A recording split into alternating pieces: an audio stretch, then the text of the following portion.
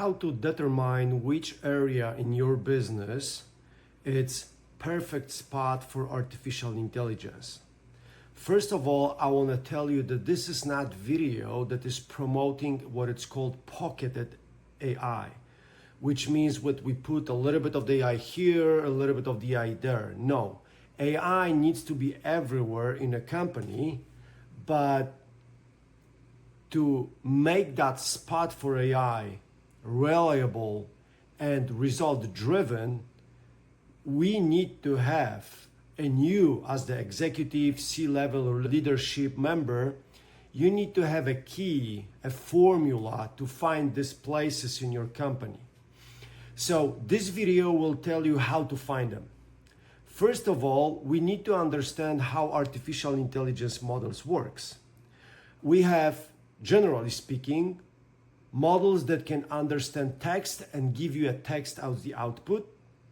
And we can have models that can take text, video, or image and give you an output which will be text or video or image, or text and video and image. Depends on which model you use, right? So the first type of models operating only on text are the most matured ones. That comes from the history of artificial intelligence, generative artificial intelligence, which started with ChatGPT 3.5. That was purely text, input and output driven AI model. And those has the most history, so they are the most fine-tuned and the most developed. So any place in your company that has inefficiency that comes out of the text processing is the best spot general. But then you need to really prioritize which part of the work, which is text driven, it's the best one. How to do that? The formula is simple, but with simplicity comes consistency and focus. So any place in a company, when people spend a lot of time manipulating text, obviously first what comes to your mind is emails, and that's true. Second, document processing, that's true. But that's still too general for me. Let's look at emails. Every type of emailing and data sending and receiving, when the time requires more than 20 minutes per document, per person, per month. So the example is, let's say you are getting inquiries from your customers and there is 200 questions or emails sent to your company monthly from your customers or distributors. Each email might take from 10 to 20 minutes to process. Research information, digest information, get the opinion, and then typing the reply. So as you can see, working on emails, it's not only writing them out, it's also like preparing for writing them and then tracking the response. In this case, if you have 200 emails per month and each email takes from 10 minutes to 20 minutes, that's the substantial number of minutes to be recovered if the AI sits in that place. So then you need to calculate how much FTE, which is full-time equivalent, you can recover through putting an eye in that spot. That's why software like Microsoft Copilot in Microsoft 365, or Gemini in Gmail, or ChatGPT in your Apple email makes sense, because they can recover a lot of time. That time, if you multiply by an hour fee, you need to pay a specific person. Let's say it's $100, which translates to several $100s per month, multiplied by year gives you thousands of dollars you might want to try to recover. But there is also something what it's called brown dollars, which you cannot really calculate. Another great spot is translation and your company localization. If you are operating on many markets, and let's say you need to prepare the manual for your product in 7 different languages, Obviously, you can use AI for that. But even then, when the document comes back, high-level person, usually like a marketing director or marketing specialist, somebody who understands your technical glossary or your specific tone you want to incorporate in that document translated by AI or by human translators, you need to spend that time on it, which is time lost because these people can be on a customer side, then can be talking to customers, bringing new business. So definitely that's the second spot you want to see AI in. Third spot is imagine your prediction in incoming inquiries, RFPs, everything what your customers want require having something in stock, like people in consulting business or goods or items in manufacturing business. By having that process, you can predict in numbers how much people you need or items or stock to fulfill that orders. That's a third job for AI. So you can take the stock you keep, like number of people, for instance, programmers, engineers you have on your bench, calculate that by salary you pay them, whatever they work or not, whatever they have job or not, project, and then you can recover that time by predicting based on your history and current incoming orders how much of these people you actually need. And you can move them to other departments, or in some cases reskill them, or in some cases distribute them over your other projects or other companies or partnering companies. So to calculate that, you really need to take how many activities the specific thing need, like how many emails per month, how much time you spent on that, and then how many hours per year you can recover by implementing AI. But that's one part of the equation.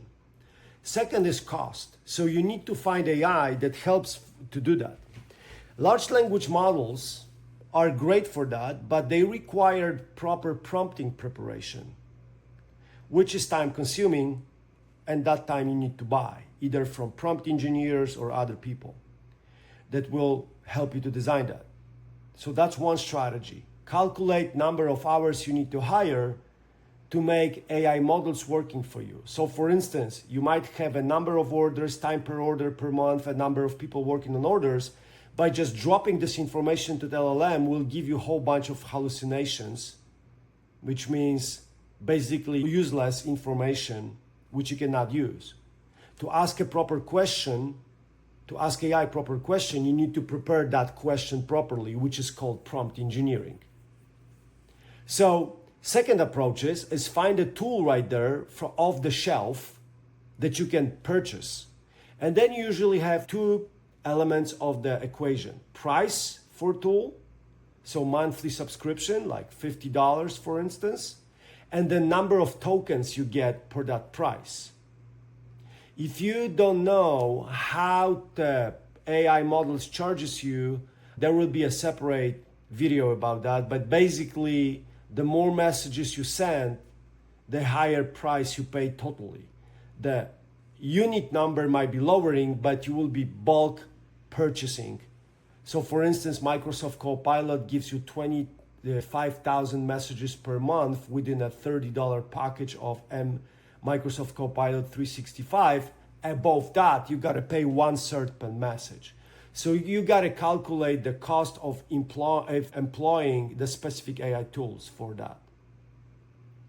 If you have that, you basically can subscribe the cost from the gain, and you will get ROI in percentage or per year, whatever you calculate. So to find a specific place for a company, in a company for AI, which is good for AI, it's really getting the foundation information about your processes, about how much time the specific process require, how many people are involved. And it might sound easy, but in fact, it's a hard work. For why? Some companies are not really measuring that kind of numbers. They feel it's a lot of manual work, but they cannot quantify that. Second, many companies don't have mapped processes or updated map of processes. So all you can do is go to talk to people, measure their work, which requires a lot of time. And third, sometimes companies and people don't want to share that, and that's a true fact. It's because they are afraid of it, that if that work will be removed from them, their work will be useless, which they are wrong, because AI always need co-piloting. It will not take over emails writing. But text, it's a great place to start because those models are the most matured already, and every text-based work that is manual, tedious, and repeatable in a manual way, measured properly as I described before, it's a great place. So what about text and videos? Depends where. Artistic videos, abstract videos, far away or middle far away from realistic expectations. Like you want to take a picture of this AirPods box, and instead of taking a picture, you want to design that with AI in a realistic way, will be very hard to do today without substantial work. And probably, as I'm speaking today, it was not possible to delegate 100% of that job to AI. But you can recover part of these processes. So for instance, you need to take a 3D model of this AirPods box. You don't have to do that today. With tools like, for instance, Morphy.ai, you can build that online. But it will not be from one prompt. You need to work on that as a process. It will be harder than text processing. So if you want to delegate video materials to AI in full scope, full swing, it's not possible today. But if you understand the process, you map it out, you might pick up the part of this process and calculate how much time it takes and then delegate that to AI. But you really need people to master that process. So any video and image processing, it's still harder to do. It's possible if you do it right, especially if you want to do abstract artistic things. They are possible through Adobe or Google Vertex or LoRa and other services. But realistic expectations like removing graphic designer work or graphic studios work, it still requires a lot of work. So ROI here will not be substantial, and it will be time consuming, and it will require probably months or years to fully delegate that to artificial intelligence.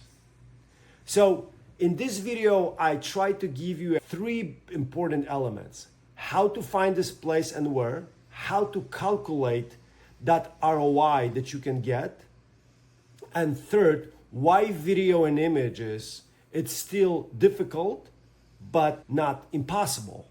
And in this case, you can decide where to go. And scaling that across organization means that you will get even more ROI factor driven than in one department. That's why in the beginning of this video, I mentioned that pocketed AI, it's not something we're looking for. I encourage you to visit my website, rxcusa.com, and check for more information there, or get my workshops and training that help you do that in action. Thank you so much. Have a great day.